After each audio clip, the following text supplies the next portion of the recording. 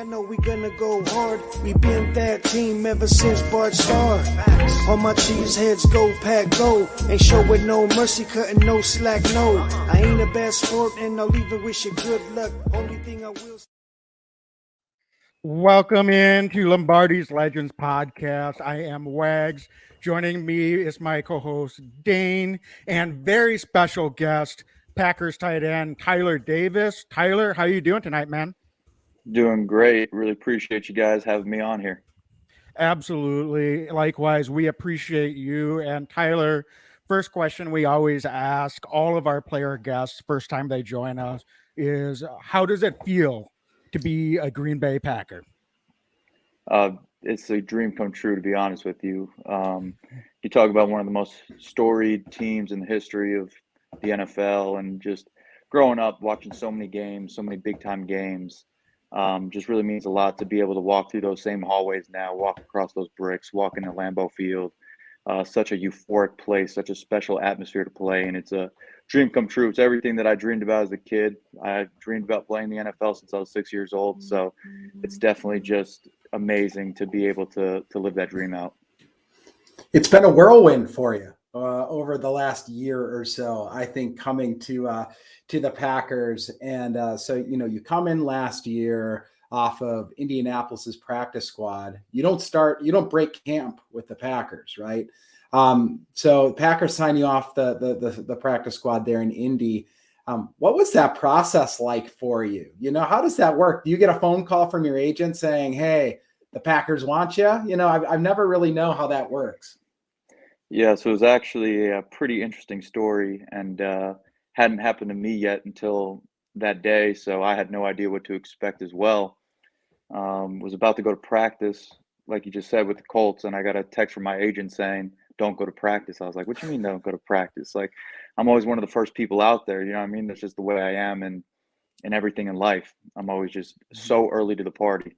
And he said, don't go out. So I kind of questioned, like, what's going on here? He's like, Green Bay is about to pick you up to their active roster. He said, we're just finalizing stuff right now, but you're going to go to Green Bay. I was like, oh my goodness, this is amazing. And usually too, they usually fly you. They'll find a flight for you and do all that. I said, no, I'll drive right now. So I rented a car, and it was like 6.5 hours from Indianapolis to Green Bay, and that was the fastest 6.5 hour drive that I've had in my life, because I was just so looking forward to playing for this team, playing with the group of guys that we have. I was just so excited. I couldn't wait. I literally grabbed my suitcase and I left within 30 minutes of getting that text. So definitely was a life-changing day for me, a special day for me, and just glad it all worked out that way. That's amazing. And I got a follow-up question to that. Were you Sure. listening to music while you're riding, or what are you doing? Are you just like in silence knowing you're coming to the Packers? How does that work? I don't exactly remember if music was playing, if it was or not, but what I do remember is just reliving a lot of the memories I had as a kid. I actually grew up a Giants fan, New York Giants fan, so sorry to the longtime Packers fans, but a couple of those Super Bowl runs with the Giants, being able to see them come in here to Lambeau Field, just seeing like that I get to play in that. And I looked up to it so much as a kid. I was like, Lambeau Field in the winter, the way football is supposed to be played. You can see everybody's breath. The field looks frozen. Obviously, Aaron, watched him for my whole life. Mercedes, a guy I watched a ton. Now I'm in the same room as him. So just so much memories and just so much excitement to on that drive. So it was like so special for me to be able to be a part of this team. Yeah, and coming in then, you're, as Dane said, signed off the practice squad for the Colts, and coming in right in the middle of the season, week 3, you get signed to Packers active roster. So walk us through that, because coming in as a tight end, that's a difficult position to learn on the fly and grow into and develop as it is. What's the first thing the coaching staff sat down and told you they wanted you to focus on? Yeah, so that was interesting part in itself. Just playing my rookie year in Jacksonville, you get a couple months to learn the system, and then you get picked up on a Tuesday, come to Green Bay on Wednesday for your first practice, and it's like, hey, you're playing on Sunday. So definitely a different experience, to say the least. It's funny now when I look back at it now as we're in OTAs and whatnot, how we have we might spend a week on one install and there's 25, 30 of them. I would just got thrown all of them on a Wednesday and you're playing on Sunday. So just a lot of hours, definitely a first. And that's just life in general, just putting in time to your craft, and the effort will show. But it was definitely a whirlwind at first. You know what I mean? You were just trying not to sink. You know what I mean? You're just treading water, trying to retain as much information as you can. A couple coaches grabbed me during the week just to help me out. Just be like, hey, if we're going to need you in this spot, this spot, this spot, let's try and let you know ahead of time what's coming for you so you don't get thrown a curveball. So they did a really good job with that, not giving me nothing I couldn't handle. So it was good on both ends by both myself just putting in the work, and then the coaches put me in a good position to succeed coming in that first week. Did you have teammates on the field kind of getting in your ear too? Or how does that work at the NFL level, right? You come aboard here and the first time you're lining up, especially on the offensive side of the ball, I imagine, there's a lot going through your head. So are you looking around going, hey man, where am I lining up on this play? Or did you feel pretty comfortable when you first got out there?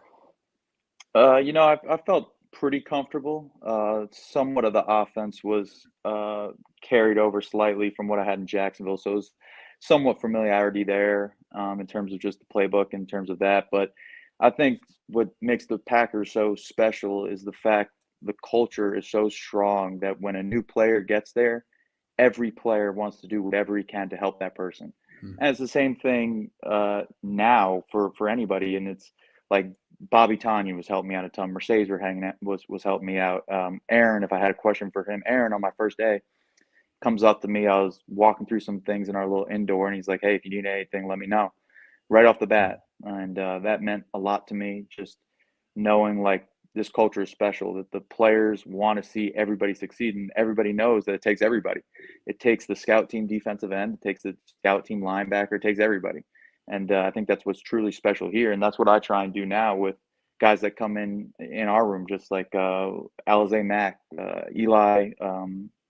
Eli also. So just awesome culture here that they have, something that I don't really think is in too many other places. And it's just a special place to be. So definitely the culture just helped out a ton when I first got here.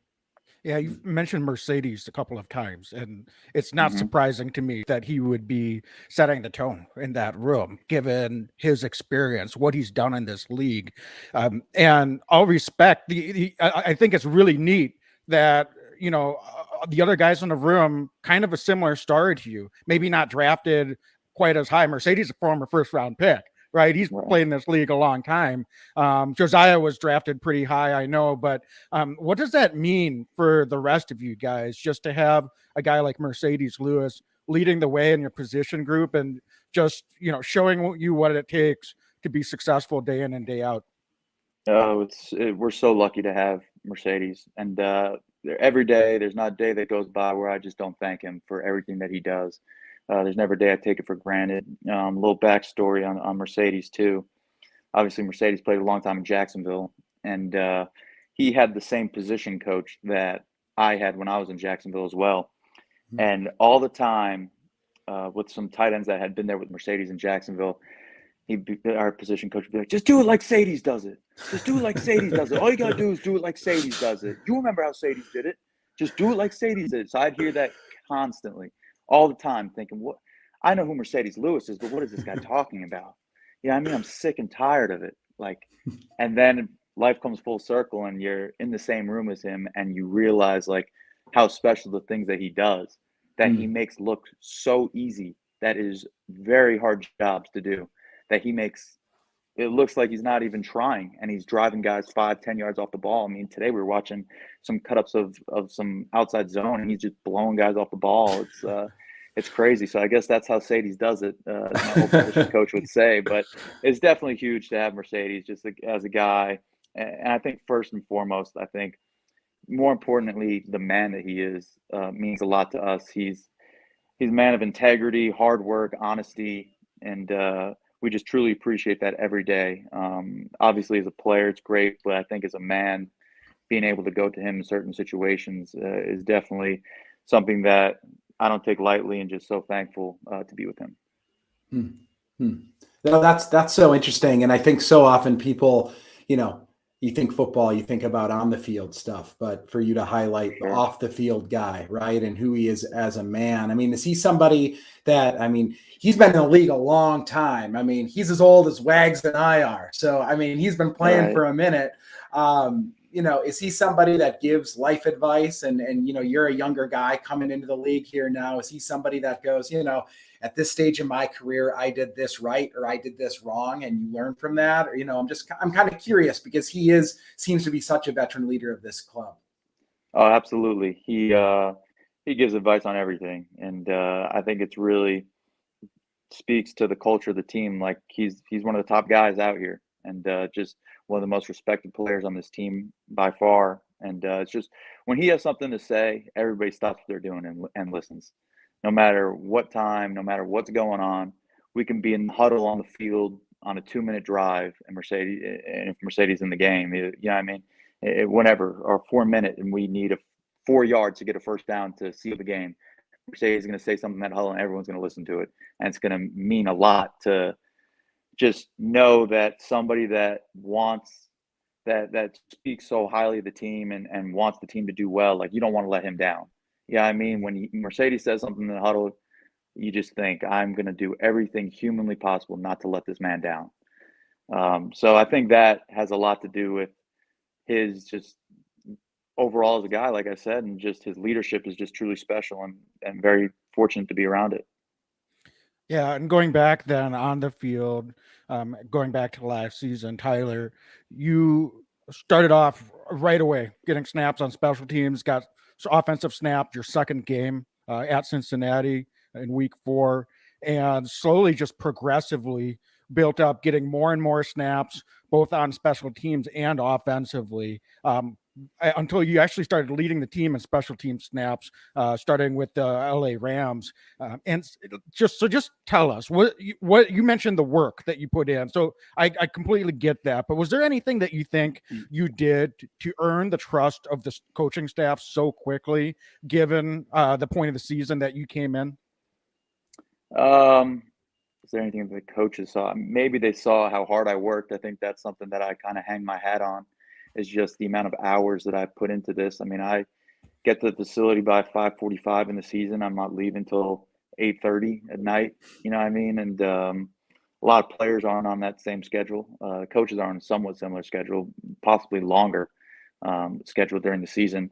But I think they definitely was like, "What's this guy doing around at the building at 8 o'clock at night?" You know what I mean? When they go downstairs and grab dinner, and I'm just watching film. I think that probably was a reason why. And not to get sidetracked here, but to give credit to another guy who did really good, and I'm sure y'all can take this to him and however you want to take it here. But Rasul Douglas, same guy.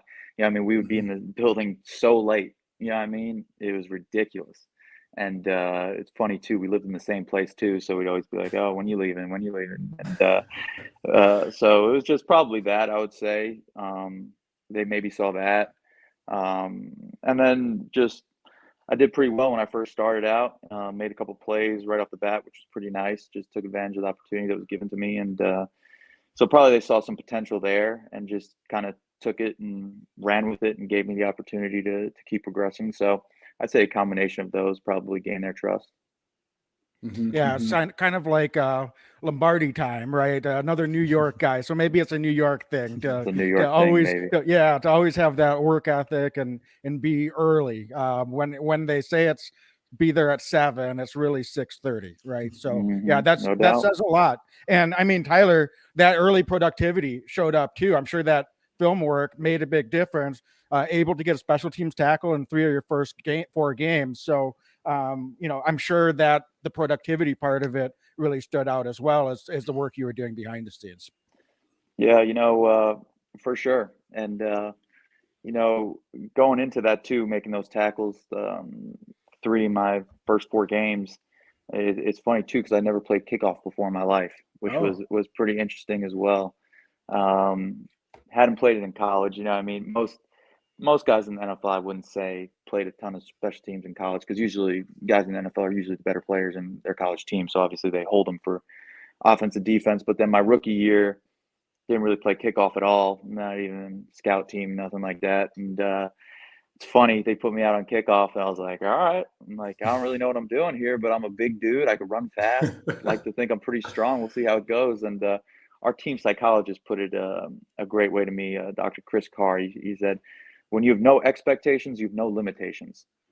So if you have no expectations for yourself going into something, there's no, I mean, you have no limitations. So I went into kickoff with an open mind. I was like I just said, I'm going to run down fast. I'm going to use my hands. I'm going to snap off, and hopefully the ball carries there. And that's what happened. And so definitely just giving it everything that I had, and just, like I said, that quote just always stuck with me, that for situations to come in the future. Did you just I think of the Bengals game. I think you had the tackle on the opening kickoff. I was going back on our social media because we were so fired up. You started just showing up right away on special teams, like right away when you came to town.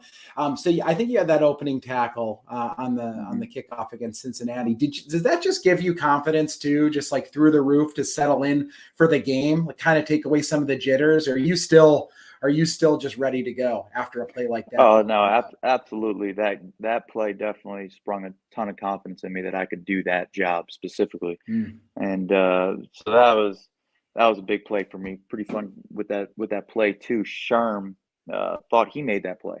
So I come off from the sideline not knowing who. I'm like, dude, I'm pretty sure I made that play. You know what I mean? Here I am on kickoff, don't understand what a tackle is. You know what I mean? I'm like, do I get credit for that? Do I get that? Yeah, I still don't know how that all works, to be completely honest with you. But so that play definitely just sprung a ton of confidence, and just kind of leapfrog things to come in the coming weeks. Yeah, I think what a lot of fans don't realize, there's a lot that goes into kickoff. It's the most, I mean, football, there's so much symmetry on the field with all 11 guys as it is. But I mean, gap discipline is so important, especially on kickoffs. And there was a couple of times, I forget which game it was. I apologize, but you said you're a big, fast guy. We broke down some tape, and you were actually the first player down the field on kickoff a couple of times. So that was noticed by us. So I don't know, and that's not taking anything away from any of your teammates because you're running down the middle of the field, right? So, and part of it is, how do you get chipped, you get blocked, camera angles, etc. But that was super impressive to us, Tyler. That usually you see the gunners the first one in your frame. So I don't know if there is any football speed times that you have, or if you've always been one of the faster guys out there. Definitely, just first and foremost, is God blessed me with an incredible athletic ability. That's first and foremost. And then second off, just goes back into what I first learned of going into kickoff, is just, I'm going to run down there. Don't make it harder than it needs to be. I'm going to run down there as fast as I humanly can, and then I'll figure out everything else. So I think that just goes back into the first thing. And I've always thought I've been pretty fast relatively to my size as a tight end. Ran pretty well. My 40 ran pretty well. So just being able to use my speed to my advantage definitely played a big role with those kickoff tackles. Have you always been, you talk about the work ethic, right? You talk about being the first guy in there, and that's never been lost on us. You can see the joy. I think you have a joy in the game. Now, is that a learned skill? Is that something that was just God-given, where you just have that drive? Is it a little bit of both? Is it your parents raising you? I mean, I got to ask, because it comes off, we see you're blocking on offense. You're a selfless player.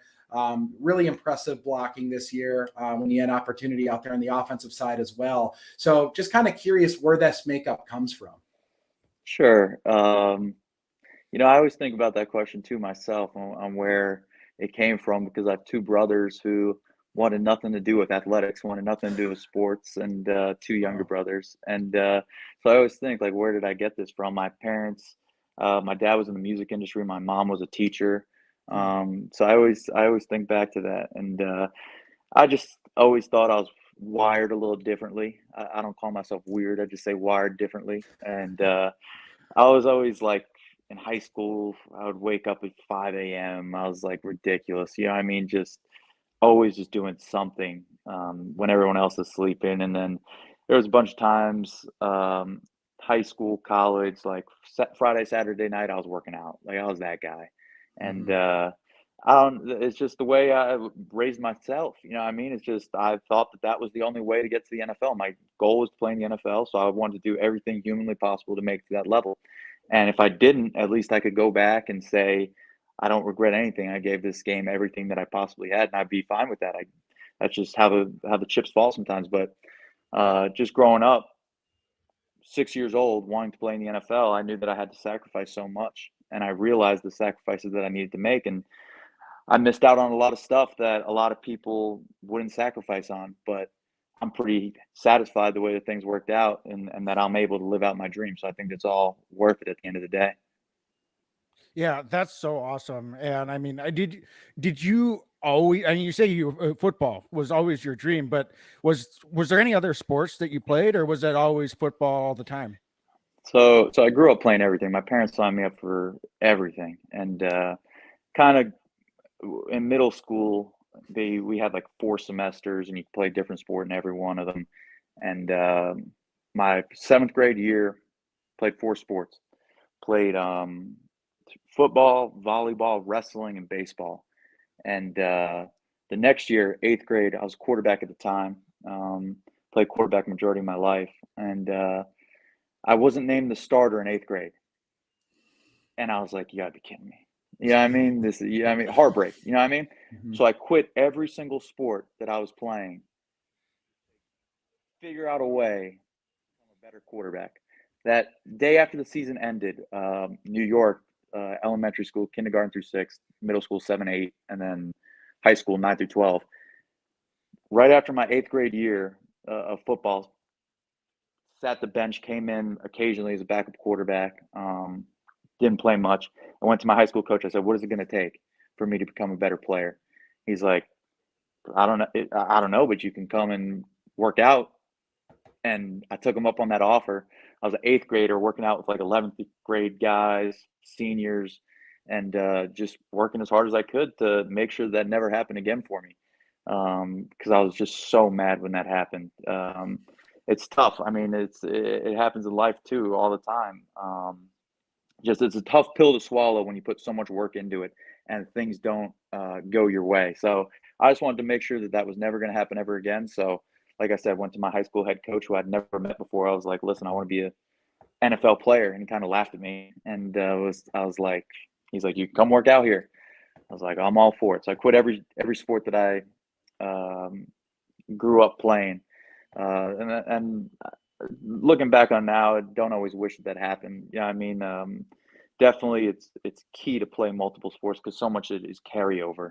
I played 1 year of high school basketball, but it was just I was just a big man getting rebounds and putbacks. It was nothing serious. But every sport is relatable to football. Like I said, you look at it now. Like I wish I was ran track. You know what I mean? I mean, Mhm. my speed's good, but I think it would be even better. My form would be better. Basketball releases are just crossovers. It's all similar type movements that you're doing. So uh, that's one of my things that I wish I would have changed. But glad that it all did work out. Yeah, and speaking of working out, I mean, this is the quote that's making the rounds, I think, for a lot of Packer fans. But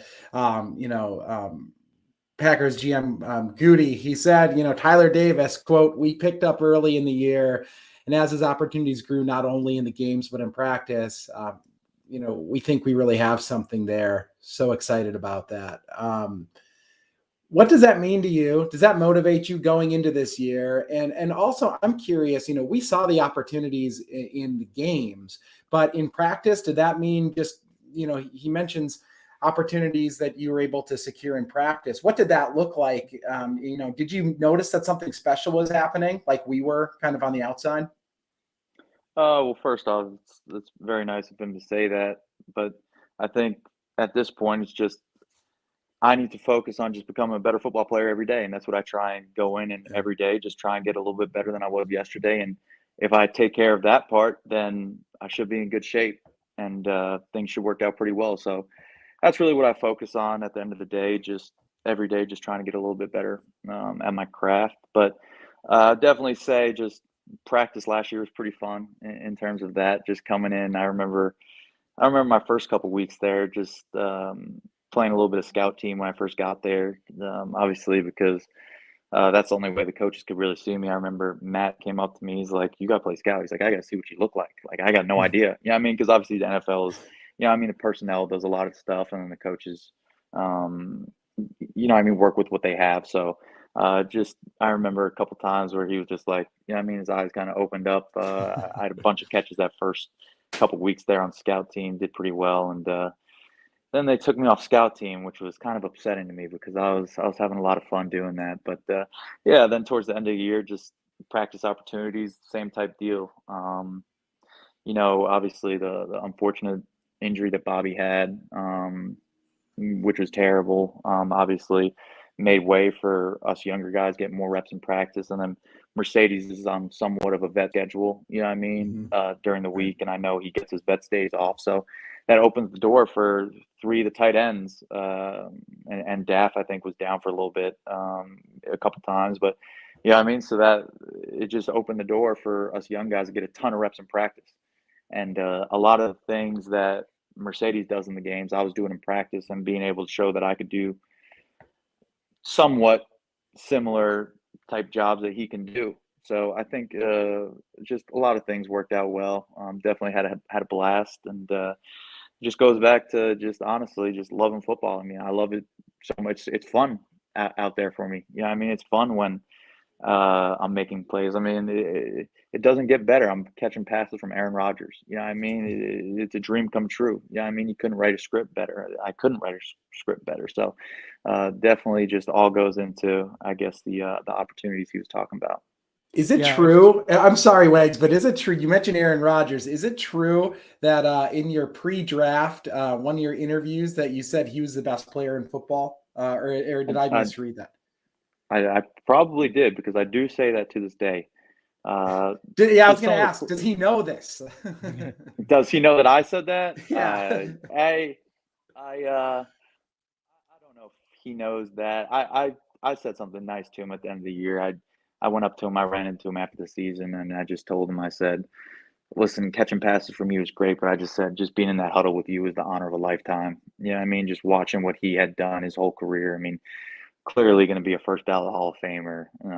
Just obviously, you see the stuff on game day. Y'all see the stuff on game day. That's on TV, but being able to see what he does in practice is ridiculous.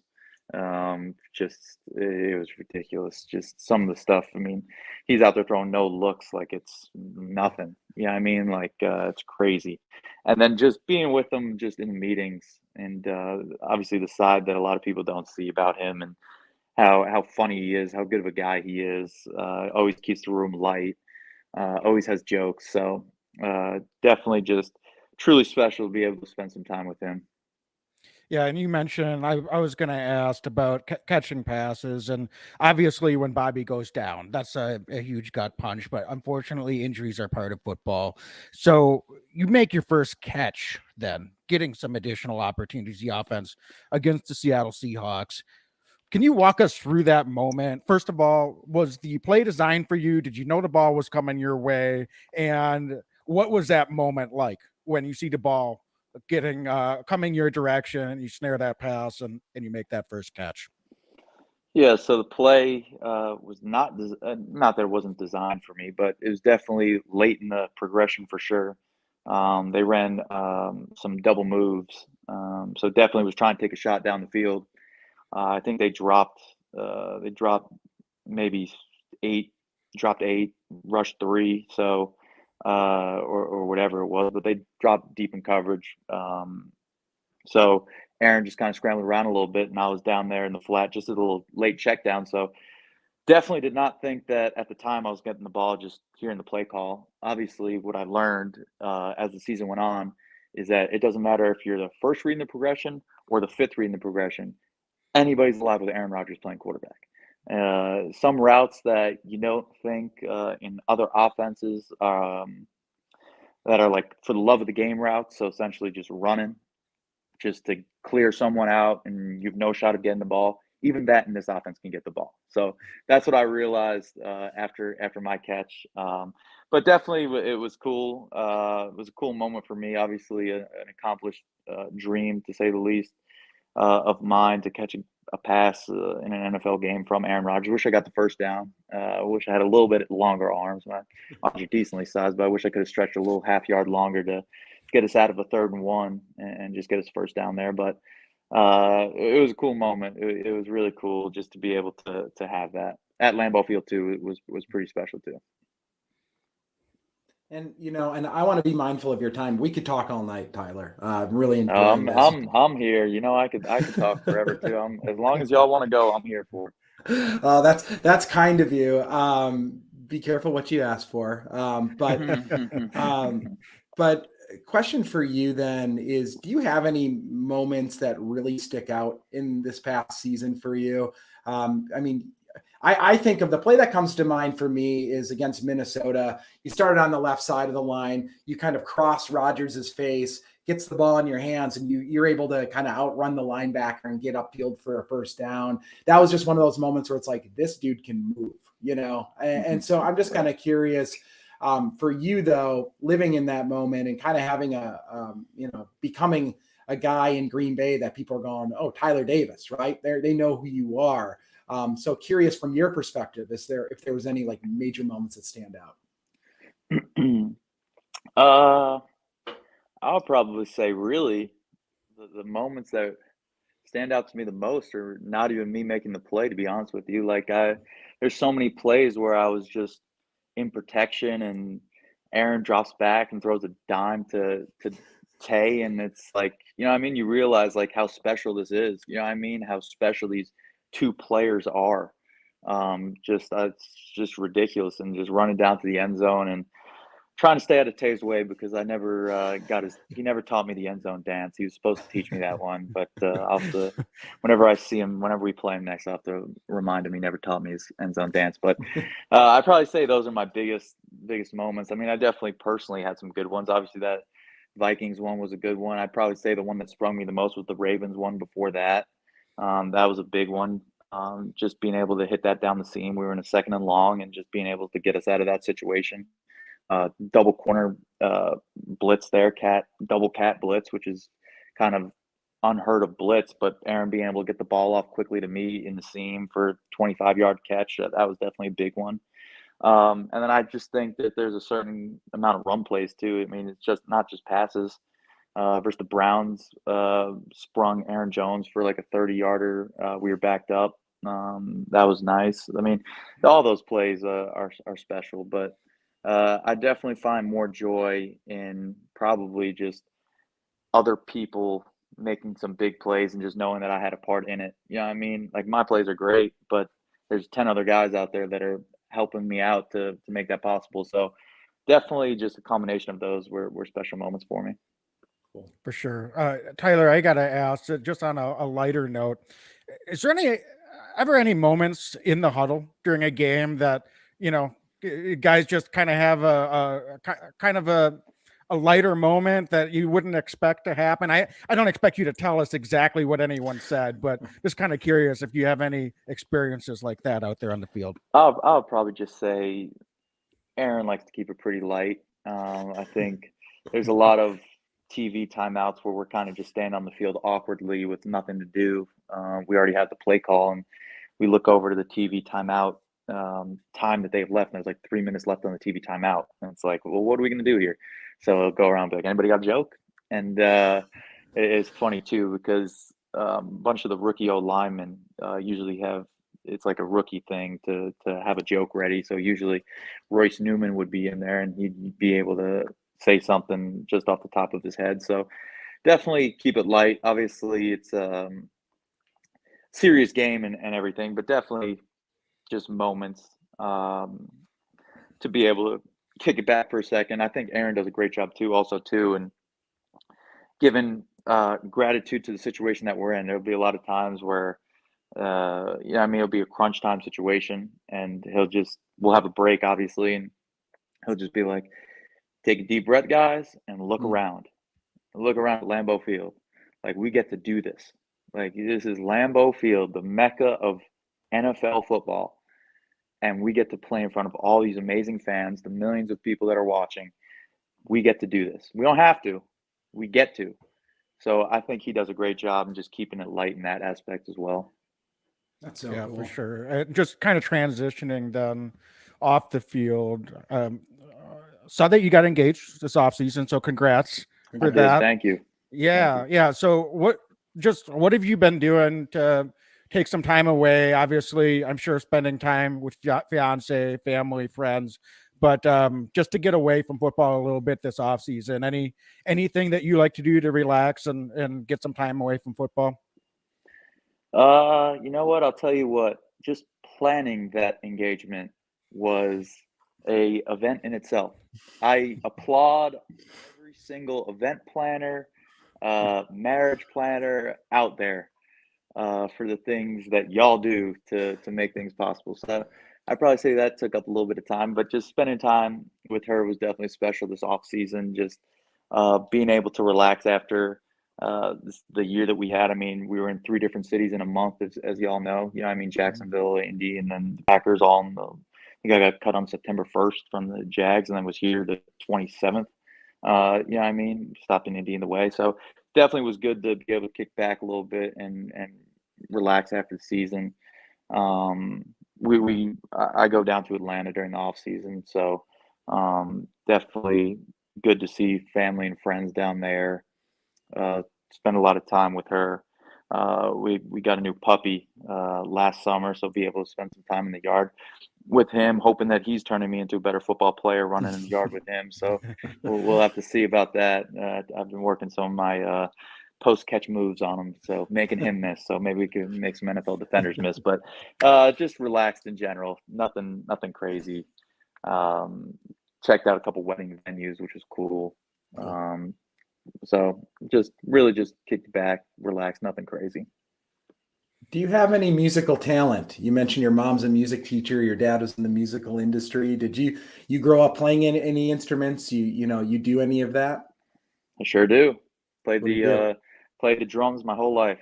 Played the whole drums my whole life. My drum set is still back in my basement. I used to wake up the whole neighborhood. Like I said, I was an early bird too, so I apologize to all the neighbors. I would always wake them up, but playing in my basement. But yeah, I grew up playing the drums. Know a couple things on piano. Used to really be pretty good at the drums. Haven't done it as much, obviously, recently. I don't have my kit with me, but whenever I go home, I mess around a little bit and have some fun on it. My dad, that's how my parents met. You know, I mean, my mom was in the music industry, and my dad managed bands, and that's how they met. Then my mom quit when she had kids, and then became a teacher. But definitely was just in my blood and my DNA, the way that I was raised. So music is always in me. I love music now. Wish I had my drum kit with me. I've been thinking about getting one of those electric ones just to Yeah. mess around a little bit. But yep, grew up since I was 5 years old playing the drums. So Well, for I think you should see if you can get that in a locker room pregame. I think you can get the guys pretty right, stoked up. rock it out a little Alternate bit. universe, then Tyler. If you're not playing football, what band would you be, playing the drums for if you had a choice? Man, I'll probably say Luke Combs, probably. Yeah. Definitely just always gravitated towards country music. Love country music. I'm not gonna lie to you, that went to that Morgan Wallen concert last week in Green Bay. I You wouldn't did, mind yeah. being the drummer, not wouldn't mind being the drummer in that in Morgan Wallen's band as well. So it'd be pretty cool to be able to do that. I always say maybe post football, we'll see. Yeah, that's so cool. That's so cool. And before the games, I mean, staying on the music vein here, what are you listening to? You listen to anything special to get yourself hyped up? I probably say for me, it's a lot of not really pump up music. I'm probably very different from a lot of players. I'm more so Christian music, light music.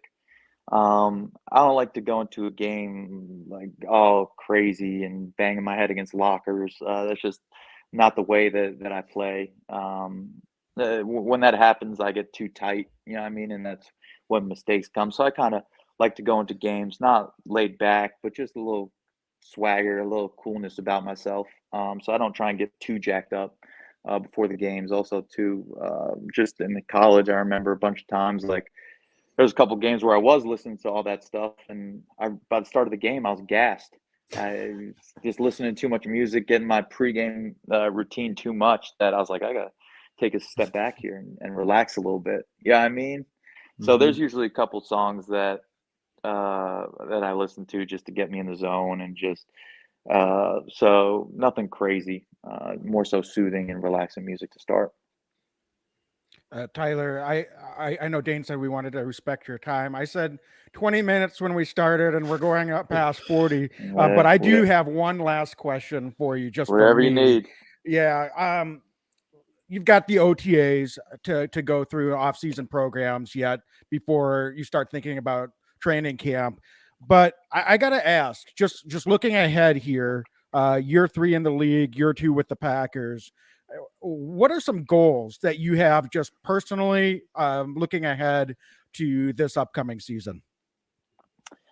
It's really just do whatever I can for this football team. I think that's how I look at it. I don't really look at the long-term stuff. I really just honestly, I go into every day focusing on one or two things.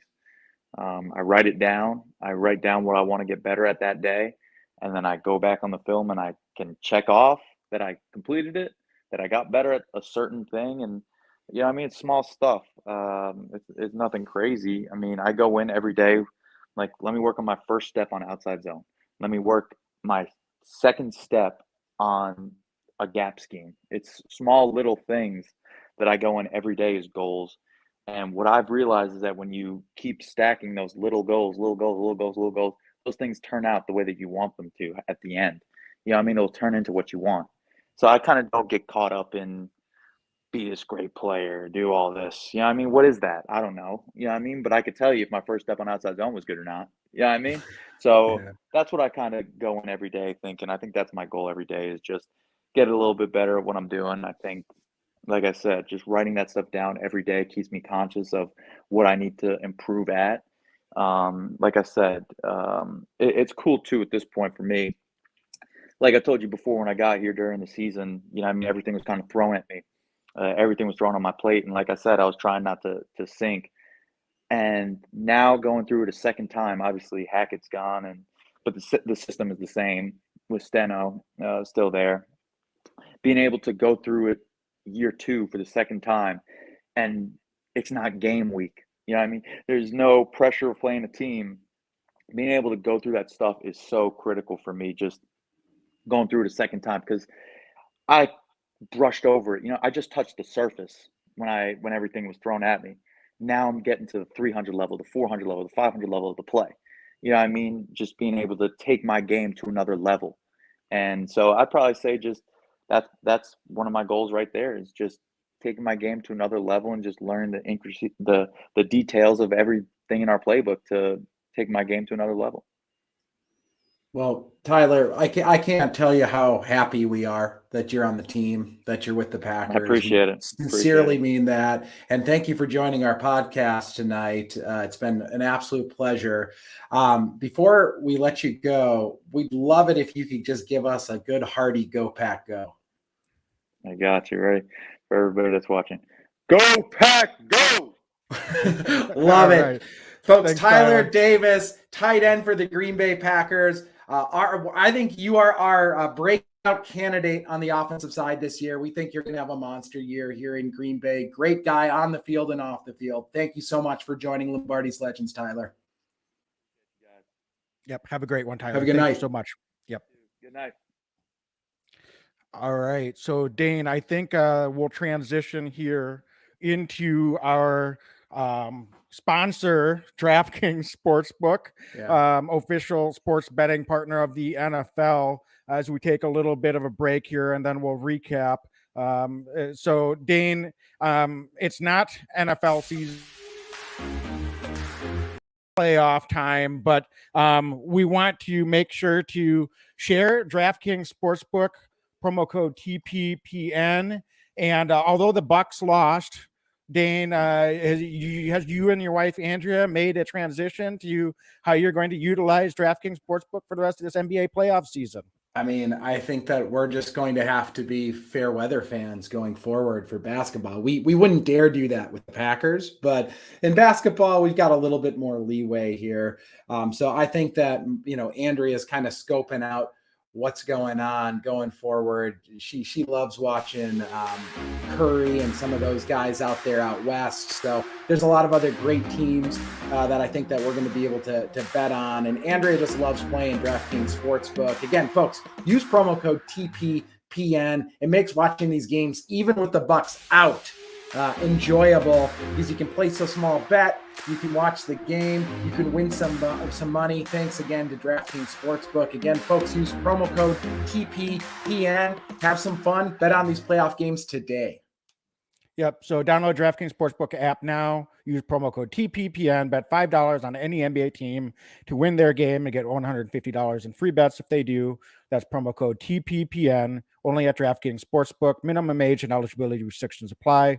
See show notes for details. So, Dane, that was awesome. I honestly believe Tyler might have stayed on with us for like another bit. You can tell how passionate he is about just talking about football. Yeah. All the guys we have on are awesome and they love talking football. So it's not like he's the only one we've talked to, but it's pretty evident that he just digs talking about football. And it's pretty easy to see why he impressed the coaching staff and the front office pretty quickly in his time in Green Bay. Wags, I mean, before we talked to him, just watching how he went about his business, you could tell he loved the game. It was a question I had prepared was, the whole, where's the passion come from? And then he's talking about it and it's like, where does it come from? I'm so impressed by him. Really, I said a great guy off the field too, but I just, what a mindset. I love the wisdom and the mindset that he comes in to play with. And I'm serious.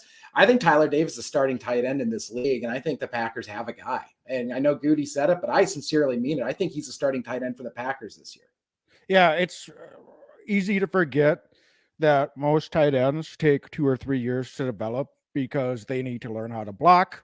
They need to learn all the pass catching plays. They need to learn all of the intricacies of the offense. And with Aaron, as Tyler said, it doesn't matter what route you're running. You've got to have your head on a swivel because that football could be coming your way anytime.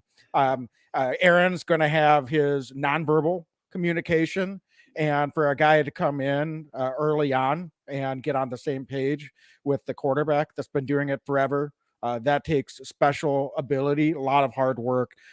So those are the things that stand out. And I love that he did single out Rasul Douglas. We've heard the stories. We all have heard the stories of how hard Rasul worked, and the coaches said, well, he must be single because he's not going home. Tyler's not single, and he was still putting in the hours. So, his fiance must be an absolute saint, and I'm sure he puts in a lot of time with her too when he does have downtime. But still, that's just really cool that he is one of those guys that just gets it. Yeah. Never plays special teams. That's stunning to me. Insane. That's insane. Were you surprised by that, Dean? Shocked. Because I get it. He's right. Not a lot of guys that play at the NFL level may have played as much special teams, but I don't think it's that unique that especially defensive players, their first year or two in college are playing a lot of special teams. So that was shocking to me. First time ever goes on kickoffs, and he was maybe our best coverage guy on kickoff, you could argue last year. And having never done cover until the NFL level, and the fact that he's getting down there, as you mentioned very astutely in the pod, he's the first dude down there, and he gets down, he breaks down and makes plays too. He's not out of control. I mean, it's incredible. I think the only downside to him earning more offensive snaps is that they might pull him off of special teams. He's a contributor, right? You win with guys like Tyler Davis, and that's why I'm so excited to get him on today.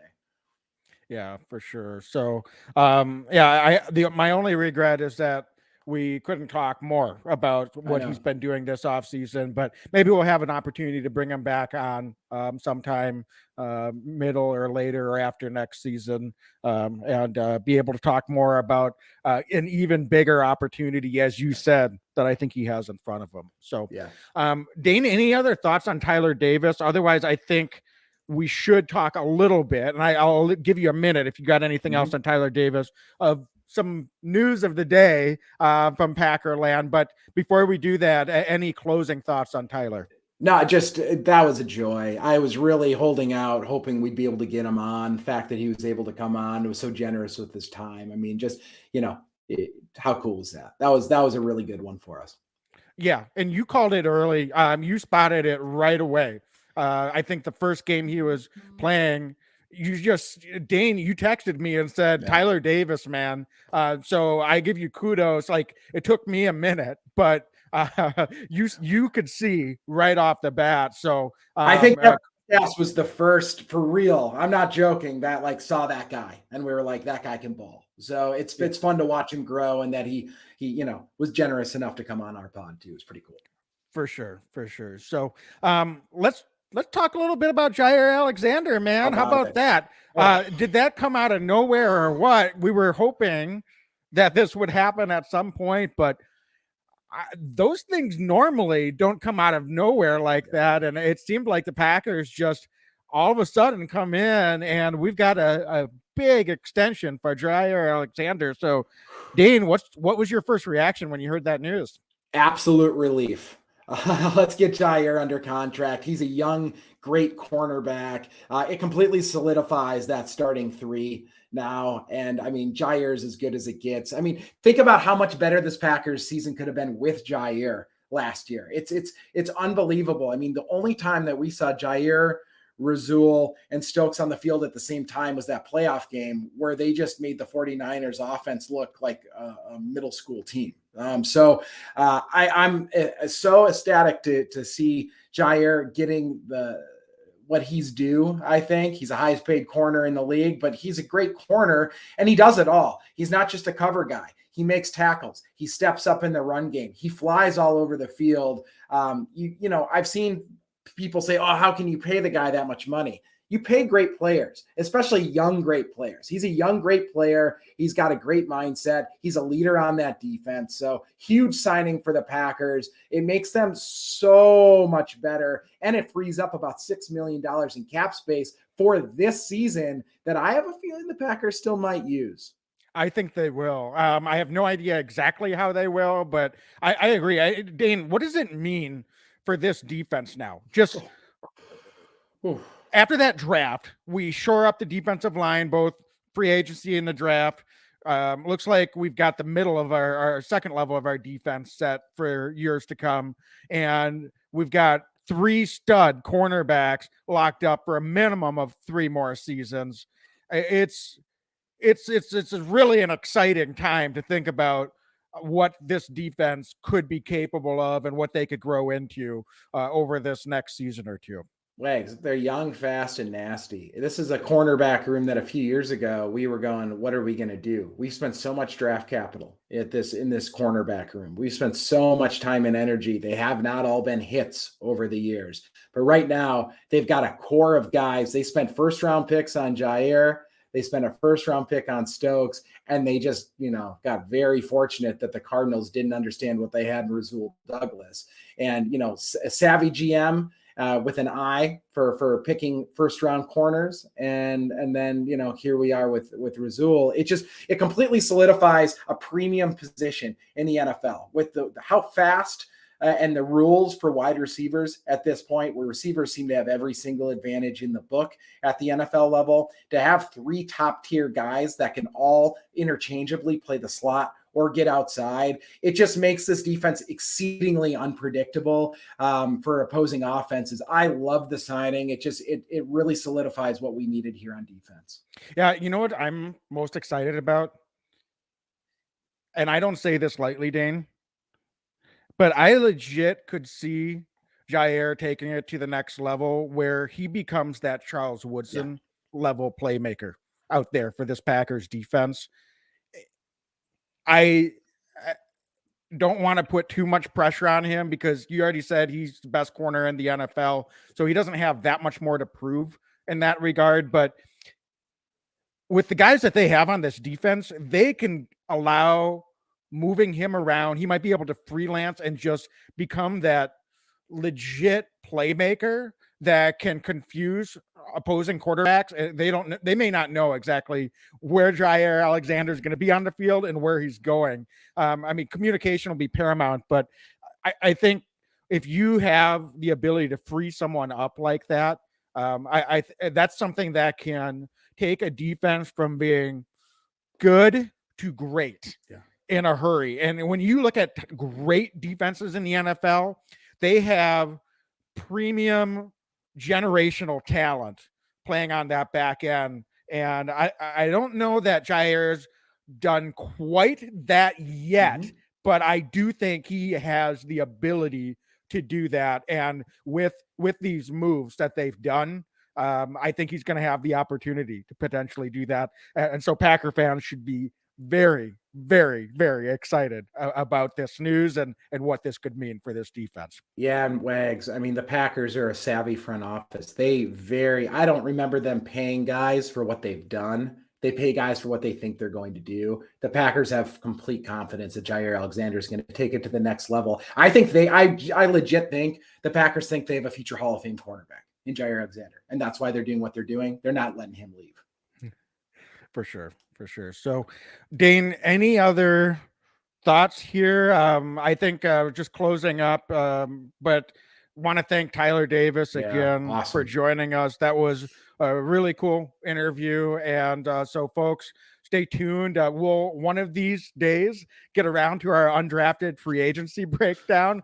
We've been bringing some different content here with a couple of players that were ready to jump on, so we could not turn that down. But undrafted free agency breakdown, one of my favorite episodes every year. So we've got that to look forward to, and that should be coming up soon as well. Yeah. So thanks for listening. Thanks again, Tyler Davis. It's a lot of fun. Just thanks everybody for following along every week with us. For sure. So be legendary and go Pack, go. Pack, go. Every year I know we gonna go hard. We been that team ever since Bart started. All my cheese heads go Pack go. Ain't showing no mercy, cutting no slack, no. I ain't a bad sport and I'll even wish you good luck. Only thing I will